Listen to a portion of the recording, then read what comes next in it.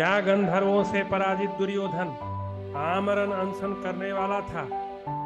गंधर्वों से पराजित, पांडवों से रक्षित होने के बाद दुर्योधन ने क्या किया? दुर्योधन को पाताल के राक्षसों के पास कौन ले गया? दुर्योधन ने राक्षसों के पास क्या किया? यदि सत्य जानना है तो पूरा एपिसोड देखिए।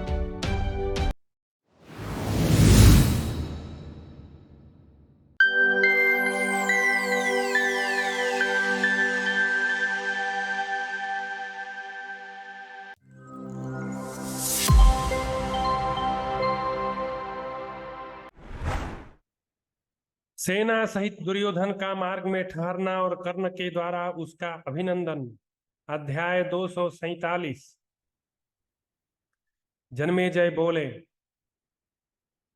मुने, दुर्योधन को शत्रुओं ने जीता और बांध लिया। फिर महात्मा पांडवों ने गंधर्वों के साथ युद्ध करके उसे छुड़ाया।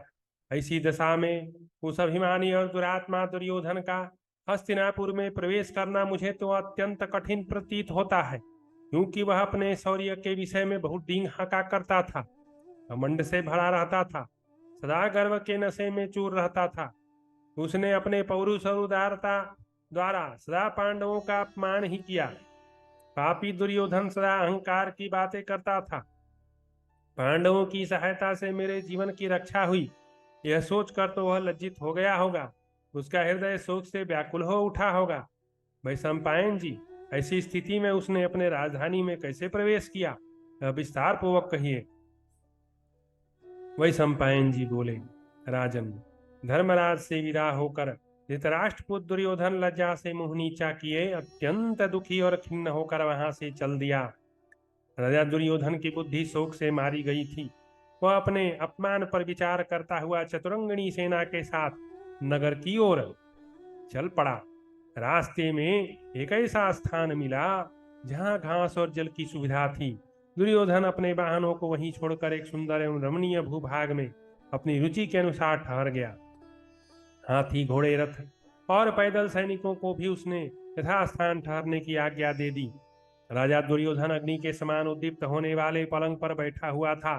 रात्रि के अंत में चंद्रमा पर राहु द्वारा ग्रहण लग जाने पर जैसे उसकी शोभा नष्ट हो जाती है, वही दशा उस समय दुर्योधन की भी थी। उस समय कर्ण ने समीप आकर दुर्योधन से इस प्रकार कहा, गांधारी नंदन, बड़े सौभाग्य की बात है, तुम जीवित हो। सौभाग्यवश हम लोग पुनः एक दूसरे से मिल गए। भाग्य से तुमने इच्छा अनुसार रूप धारण करने वाले गंधर्वों पर विजय पाई, यह और भी प्रसन्नता की बात है। गुरुनंदन, मैं तुम्हारे संपूर्ण महारथी भाइयों को, जो शत्रुओं पर विजय पा चुके हैं, युद्ध के लिए उद्यत था पुनः विजय की अभिलाषा से युक्त देख रहा हूं। यह भी सौभाग्य का सूचक है। मैं तो तुम्हारे देखते देखते समस्त गंधर्वों से पराजित होकर भाग गया था। तितर बितर होकर भागती हुई सेना को स्थिर न रख सका। बाणों के आघात से मेरा शरीर क्षत विक्षत हो गया। समस्त अंगों में बड़ी वेदना हो रही थी, इसलिए मुझे भागना पड़ा। भारत, तुम लोग जो उस अमानुषिक युद्ध से छूटकर यहाँ स्त्री सेना वाहनों सहित सकुशल था क्षति से रहित दिखाई देते हो, यह बात मुझे बड़ी अद्भुत जान पड़ती है। वैशंपायन जी कहते हैं, राजन, कर्ण के ऐसा कहने पर राजा दुर्योधन उस समय अश्रु गदगद वाणी द्वारा अंगराज कर्ण से इस प्रकार बोला। दुर्योधन का कर्ण को अपनी पराजय का समाचार बताना। अध्याय 248। दुर्योधन बोला, राधानंदन, तुम सब बातें जानते नहीं हो, इसी से मैं तुम्हारे इस कथन को बुरा नहीं मानता। तुम समझते हो कि मैंने अपने शत्रुभूत गंधर्वों को अपने ही पराक्रम से हराया है, परंतु ऐसी बात नहीं है। महाबाहो, मेरे भाइयों ने मेरे साथ रहकर गंधर्वों के साथ बहुत देर तक युद्ध किया और उसमें दोनों पक्ष के बहुत से सैनिक मारे गए, परंतु जब माया के कारण अधिक शक्तिशाली सूरवीर गंधर्व आकाश में खड़े होकर युद्ध करने लगे, तब उनके साथ हम लोगों का युद्ध समान स्थिति में न रह सका। युद्ध में हमारी पराजय हुई और हम सेवक सचिव पुत्र स्त्री सेना तथा सवारियों सहित बंदी बना लिए गए। फिर गंधर्व हमें ऊंचे आकाश मार्ग से ले चले। उस समय हम लोग अत्यंत दुखी हो रहे थे। तदनंतर हमारे कुछ सैनिकों और महारथी मंत्रियों ने अत्यंत दीन हो शरणदाता पांडवों के पास जाकर कहा, कुंती कुमारों, ये धृतराष्ट्र पुत्र राजा दुर्योधन अपने भाइयों मंत्रियों तथा स्त्रियों के साथ यहाँ आए थे। इन्हें गंधर्वगण आकाश मार्ग से हर कर लिए जाते हैं। आप लोगों का कल्याण हो, रानियों सहित महाराज को छुड़ाइए। कहीं ऐसा ना हो कि कुरुकुल की स्त्रियों का तिरस्कार हो जाए। उनके ऐसा कहने पर ज्येष्ठ पांडु पुत्र धर्मात्मा युधिष्ठिर ने अन्य सब पांडवों को राजी करके हम सब लोगों को छुड़ाने के लिए आज्ञा दी। तदनंतर पुरुष सिंह महारथी पांडव उस स्थान पर आकर समर्थ होते हुए भी गंधर्वों से सांत्वनापूर्ण शब्दों में हमें छोड़ देने के लिए याचना करने लगे। उनके समझाने बुझाने पर भी जब आकाशचारी वीर गंधर्व हमें ना छोड़ सके और बादलों की भांति गरजने लगे, तब अर्जुन भीम तथा उत्कट बलशाली नकुल सहदेव ने उन असंख्य गंधर्वों की ओर लक्ष्य करके बाणों की वर्षा आरंभ कर दी। फिर तो सारे गंधर्व रणभूमि छोड़कर आकाश में उड़ गए और मन ही मन आनंद का अनुभव करते हुए हम दीन दुखियों को अपनी ओर घसीटने लगे। इसी समय हमने देखा चारों ओर बाणों का जाल सा बन गया है और उससे वेष्टित हो अर्जुन अलौकिक अस्त्रों की वर्षा कर रहे हैं।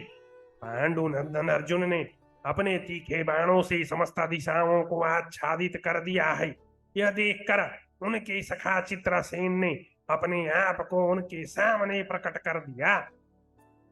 फिर तो चित्रसेन और अर्जुन दोनों एक दूसरे से मिले और कुशल मंगल तथा स्वास्थ्य का समाचार पूछने लगे। दोनों ने एक दूसरे से मिलकर अपना कवच उतार दिया। फिर समस्त वीर गंधर्व पांडवों के साथ मिलकर एक हो गए। तत्पश्चात चित्रसेन और धनंजय ने एक दूसरे का आदर सत्कार किया। दुर्योधन का कर्ण से अपनी गलानी का वर्णन करते हुए आमरण अनशन का निश्चय, दुशासन को राजा बनने का आदेश, दुशासन का दुख और कर्ण का दुर्योधन को समझाना। अध्याय 239। दुर्योधन बोला, कर्ण चित्रसेन से मिलकर उस समय शत्रु वीरों का संहार करने वाले अर्जुन ने हंसते हुए से यह सुरोचित वचन कहा, वीर गंधर्व श्रेष्ठ, तुम्हें मेरे इन भाइयों को मुक्त कर देना चाहिए। पांडवों के जीते जी ये इस प्रकार अपमान सहन करने योग्य नहीं है। कर्ण महात्मा पांडु नंदन अर्जुन के ऐसा कहने पर गंधर्व ने वह बात कह दी जिसके लिए सलाह करके हम लोग घर से चले थे। उसने बताया कि ये कौरव सुख से वंचित हुए पांडवों तथा द्रौपदी की दुर्दशा देखने के लिए आए हैं। जिस समय गंधर्व उपयुक्त बात कह रहा था उस समय मैं अत्यंत लज्जित हो गया। मेरी इच्छा हुई कि धरती फटे और उसमें मैं समा जाऊं। तत्पश्चात गंधर्वों ने पांडवों के साथ युधिष्ठिर के पास आकर हम लोगों की दुर्मंत्रणा उन्हें बताई और हमें उनके सुपुर्द कर दिया। उस समय हम सब लोग बंधे हुए थे। स्त्रियों के सामने मैं दीन भाव से बंधकर शत्रुओं के वश में पड़ गया और उसी दशा में युधिष्ठिर को अर्पित कर दिया गया। इससे बढ़कर दुख की बात और क्या हो सकती है।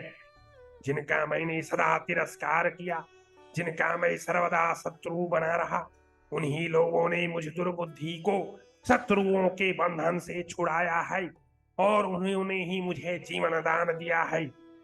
वीर, यदि मैं उस महायुद्ध में मारा गया होता तो यह मेरे लिए कल्याणकारी होता, परंतु इस दशा में जीवित रहना कदापि अच्छा नहीं है। गंधर्व के हाथ से मारे जाने पर इस भूमंडल में मेरा यश विख्यात हो जाता और इंद्रलोक में मुझे अक्षय पुण्य धाम प्राप्त होते। नरश्रेष्ठ वीरो, अब मैं जो निश्चय किया हूं उसे सुनो। मैं यहाँ मरण अनशन करूंगा, तुम सब लोग घर लौट जाओ। मेरे सब भाई आज अपनी राजधानी को चले जाएं। कर्ण आदि मेरे मित्र था बांधवगण भी दुशासन को आगे करके आज ही हस्तिनापुर लौट जाएं। शत्रुओं से अपमानित होकर अब मैं अपने नगर को नहीं जाऊंगा। अब तक मैंने शत्रुओं का मान मर्दन किया है और सुहृदों को सम्मान दिया है, परंतु आज मैं अपने सुहृदों के लिए शोकदायक शत्रुओं का हर्ष बढ़ाने वाला हो गया। हस्तिनापुर जाकर मैं राजा से क्या कहूंगा। भीष्म, द्रोण, कृपाचार्य, अश्वत्थामा, विदुर, संजय, बहलिक, भूरी सर्वा तथा अन्य जो वृद्ध पुरुषों के लिए आदरणीय महानुभाव हैं तथा ब्राह्मण प्रमुख वैश्य गण उदासीन वृत्ति वाले लोग मुझसे क्या कहेंगे और मैं उन्हें क्या उत्तर दूंगा।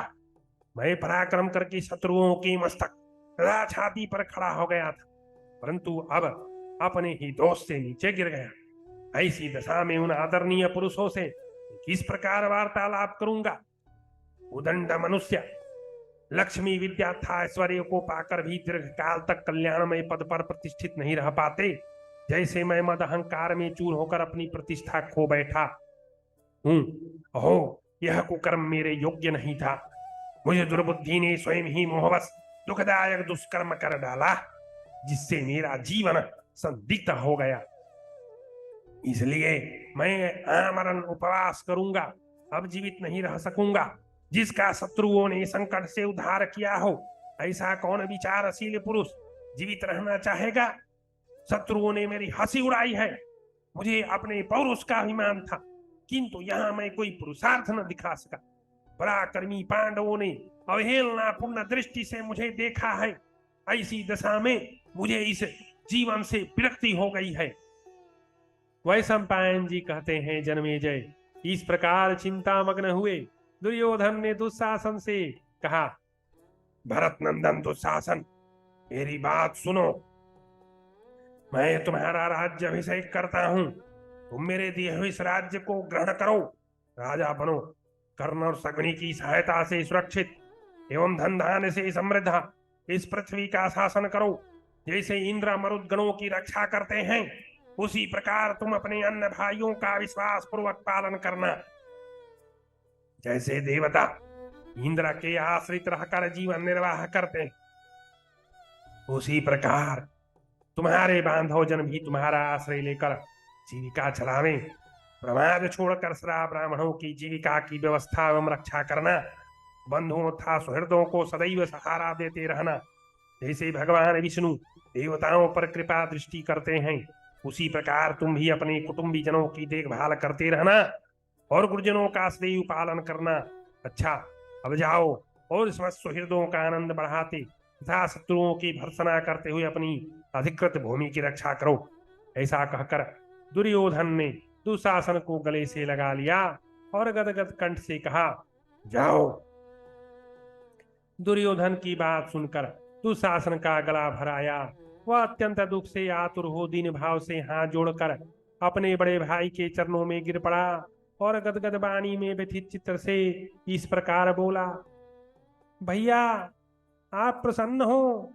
ऐसा कहकर वह धरती पर लौट गया और दुख से कातर हो दुर्योधन के दोनों चरणों में अपने नेत्रों का अश्रु जल चढ़ाता हुआ नरश्रेष्ठ दुशासन यूं बोला, नहीं, ऐसा नहीं होगा।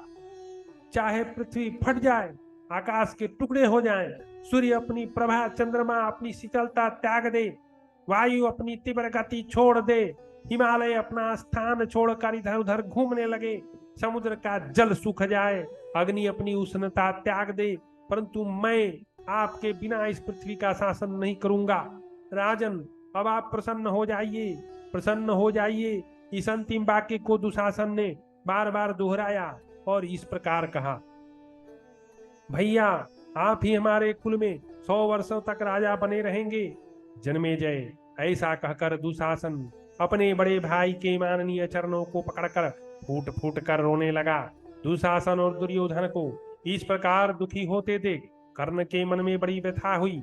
उसने निकट जाकर उन दोनों से कहा, गुरुकुल के श्रेष्ठ वीरों, तुम दोनों गंवारों की तरह नासमझी के कारण इतना विषाद क्यों कर रहे हो? शोक में डूबे रहने से किसी मनुष्य का शोक कभी निवृत्त नहीं होता। जब शोक करने वाले का शोक उस पर आए, हुए संकट को टाल नहीं सकता है, तब उसमें क्या सामर्थ्य है? यह तुम दोनों भाई शोक के करके प्रत्यक्ष देख रहे हो, अतः धैर्य धारण करो। शोक करके तो शत्रुओं का हर्ष बढ़ाओगे। राजन, पांडवों ने गंधर्वों के हाथ से तुम्हें छुड़ाकर अपने कर्तव्य का पालन किया है। राजा के राज्य में रहने वालों को सदा ही उसका प्रिय करना चाहिए। तुमसे सुरक्षित होकर वे यहाँ निश्चिंता पूर्वक निवास कर रहे हैं। ऐसी दशा में तुम्हें निम्न कोटि के मनुष्यों की तरह दीनतापूर्ण खेद नहीं करनी चाहिए। राजन, तुम आमरण उपवास का व्रत लेकर बैठे हो और इधर तुम्हारे सगे भाई शोक एवं विषाद में डूबे हैं। बस इन सब को दुखी करने से कोई लाभ नहीं। तुम्हारा भला हो, उठो, चलो और अपने भाइयों को आश्वासन दो। कर्ण के समझाने पर भी दुर्योधन का आमरण अनशन करने का ही निश्चय। अध्याय 250। कर्ण बोला, राजन, आज तुम जो यहाँ अपनी लघुता का अनुभव कर रहे हो, इसका कोई कारण मेरी समझ में नहीं आता। शत्रुनाशक वीर, यदि एक बार शत्रुओं के वश में पड़ जाने पर पांडवों ने तुम्हें छुड़ाया है, तो इसमें कौन सी अद्भुत बात हो गई? श्रेष्ठ, जो राजकीय सेना में रहकर जीविका चलाते हैं तथा राजा के राज्य में निवास करते हैं, वे ज्ञात हो या अज्ञात, उनका कर्तव्य है कि वे सदा राजा का प्रिय करें। प्रायः देखा जाता है कि प्रधान पुरुष लड़ते लड़ते शत्रुओं की सेना को व्याकुल कर देते हैं, फिर उसी युद्ध में वे बंदी बना लिए जाते हैं और साधारण सैनिकों की सहायता से छूट भी जाते हैं। जो मनुष्य सेनाजीवी हैं अथवा राजा के राज्य में निवास करते हैं, उन सबको मिलकर अपने राजा के हित के लिए यथोचित प्रयत्न करना चाहिए। राजन, यदि तुम्हारे राज्य में निवास करने वाले पांडवों ने इसी नीति के अनुसार दैवश तुम्हें शत्रुओं के हाथ से छुड़ा दिया है, तो इसमें खेद करने की क्या बात है? राजन, आप श्रेष्ठ नरेश हैं और अपनी सेना के साथ वन में पधारे हैं। इसी दशा में यहाँ रहने वाले पांडव यदि आपके पीछे पीछे न चलते, आपकी सहायता न करते, तो यह उनके लिए अच्छी बात न होती। पांडव शौर्य संपन्न बलवान था, युद्ध में पीठ न दिखाने वाले हैं। यह आपके दास तो बहुत पहले ही हो चुके हैं, अतः उन्हें आपका सहायक ही होना चाहिए। पांडवों के पास जितने रत्न थे, उन सब का उपभोग आज तुम ही कर रहे हो। तथापि देखो, पांडव कितने धैर्यवान हैं कि उन्होंने अपनी कभी आमरण अनशन नहीं किया। अतः महाबाहो, तुम्हारे इस प्रकार विषाद करने से कोई लाभ नहीं। राजन, उठो, तुम्हारा कल्याण हो। अब यहाँ अधिक विलंब नहीं करना चाहिए। नरेश्वर, राजा के राज्य में निवास करने वाले लोगों को अवश्य ही उसके प्रिय कार्य करने चाहिए, अतः इसके लिए पछताए या विलाप करने की क्या बात है? शत्रुओं का मान मर्दन करने वाले महाराज, यदि तुम मेरी यह बात नहीं मानोगे तो मैं भी तुम्हारे चरणों की सेवा करता हुआ यहीं रह जाऊंगा। नरश्रेष्ठ, तुमसे अलग होकर मैं जीवित नहीं रहना चाहता। राजन, आमरण अनशन के लिए बैठ जाने पर तुम समस्त राजाओं के उपहास पात्र हो जाओगे। वैशंपायन जी कहते हैं, राजन, कर्ण के ऐसा कहने पर राजा दुर्योधन ने स्वर्गलोक में ही जाने का निश्चय करके उस समय उठने का विचार नहीं किया। शकुनी के समझाने पर भी दुर्योधन को प्रायोपवेशन से विचलित न होते देखकर दैत्यों का कृत्या द्वारा उसे रसातल में बुलाना। वैशंपायन जी कहते हैं, राजन, तदनंतर अमरस में भरकर आमरण उपवास के लिए बैठे हुए राजा दुर्योधन को सांत्वना देते हुए सुबल पुत्र शकुनी ने कहा। शकुनी बोला, भांजे दुर्योधन, कर्ण ने बहुत अच्छी बात कही है जो तुमने सुनी है। मैंने पांडवों से तुम्हारे लिए जिस समृद्धशालिनी राजलक्ष्मी का अपहरण किया है, तुम उसे मोहवश क्यों त्याग रहे हो? भांजे, नरेश्वर, तुम अपनी अल्प बुद्धि के कारण ही आज प्राण त्याग करने को उतारू हो गए हो। अथवा मैं समझता हूं तुमने कभी वृद्ध पुरुषों का सेवन नहीं किया है। जो मनुष्य सहसा उत्पन्न हुए हर्ष अथवा शोक पर नियंत्रण नहीं रखता, वह राज्य लक्ष्मी को पाकर भी उसी प्रकार नष्ट हो जाता है जैसे मिट्टी का कच्चा बर्तन पानी में गल जाता है। जो राजा अत्यंत डरपोक, बहुत कायर, दीर्घसूत्री, प्रमादी, दुर्व्यसन विषयों में फंसा होता है, उसे प्रजा अपना स्वामी नहीं स्वीकार करती।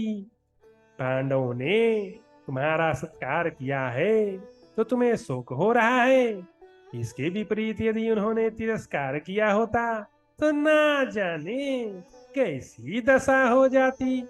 कुंती कुमारों ने जो सद्व्यवहार किया है उसे तुम शोक का आश्रय लेकर नष्ट न कर दो। राजेंद्र, जहां तुम्हें हर्ष मनाना और पांडवों का सत्कार करना चाहिए था, वहां तुम शोक मना रहे हो। तुम्हारा यह व्यवहार तो उल्टा ही है।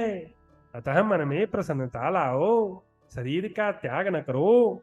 पांडवों ने तुम्हारे साथ जो सद्व्यवहार किया है उसे स्मरण करो और संतुष्ट होकर उनका राज्य उन्हें लौटा दो। ऐसा करके यशर धर्म के भागी बनो। मेरे इस प्रस्ताव को समझकर ही ऐसा करो, इससे तुम कृतज्ञ माने जाओगे। पांडवों के साथ उत्तम भाईचारे का बर्ताव करके उन्हें राज सिंहासन पर बिठा दो और उनका पैतृक राज उन्हें समर्पित कर दो। इससे तुम्हें सुख प्राप्त होगा। वैशंपायन जी कहते हैं, राजन, शकुनी का वचन सुनकर दुर्योधन ने अपने चरणों में पड़े हुए मलान मुख वाले भातृ भक्त शत्रुदमन वीर दुशासन की ओर देखकर अपनी सुंदर बाहों द्वारा उसे उठाया और प्रेम पूर्वक हृदय से लगाकर उसका मस्तक सूंघा। कर्ण और शकुनी की भी बातें सुनकर राजा दुर्योधन अत्यंत उदास हो गया तथा मन ही मन लज्जा से अभिभूत हो उसने बड़ी निराशा का अनुभव किया। सब सुहृदों के वचन सुनकर दुर्योधन ने उनसे कुपित हो इस प्रकार कहा, मुझे धर्म, धन, सुख, ऐश्वर्य, शासन और भोग किसी की भी आवश्यकता नहीं है। तुम लोग मेरे निश्चय में बाधा न डालो, यहां से चले जाओ। आमरण अनशन करने के संबंध में मेरी बुद्धि का निश्चय अटल है। तुम सब लोग नगर को जाओ, वहां मेरे गुरुजनों का आदर सत्कार करो। ऐसा उत्तर पाकर सब सुहृदों ने शत्रुदमन राजा दुर्योधन से कहा, राजेंद्र, तुम्हारी जो गति होगी वही हमारी भी होगी। भारत तुम्हारे बिना हस्तिनापुर में कैसे प्रवेश करेंगे। वैशंपायन जी कहते हैं, जन्मेजय, दुर्योधन को उसके सुहृद मंत्री भाई था सुजों ने बहुत समझाया, परंतु कोई भी उसे अपने निश्चय से विचलित न कर सका। धृतराष्ट्र पुत्र नृपश्रेष्ठ दुर्योधन अपने निश्चय पर अटल रहकर आचमन करके पवित्र हो पृथ्वी पर कुश का आसन बिछा, कुश और बल कल के वस्त्र धारण करके बैठा था और स्वर्ग प्राप्ति की इच्छा से वाणी का संयम करके उपवास के उत्तम नियमों का पालन करने लगा। उस समय उसने मन के द्वारा मरने का निश्चय करके स्नान, भोजन आदि बाह्य क्रियाओं को सर्वथा त्याग दिया। दुर्योधन के इस निश्चय को जानकर पातालवासी भयंकर दैत्यों दानवों ने, जो पूर्व काल में देवताओं से पराजित हो चुके थे, मन ही मन विचार किया, इस प्रकार दुर्योधन का प्राणांत होने से तो हमारा पक्ष नष्ट हो जाएगा।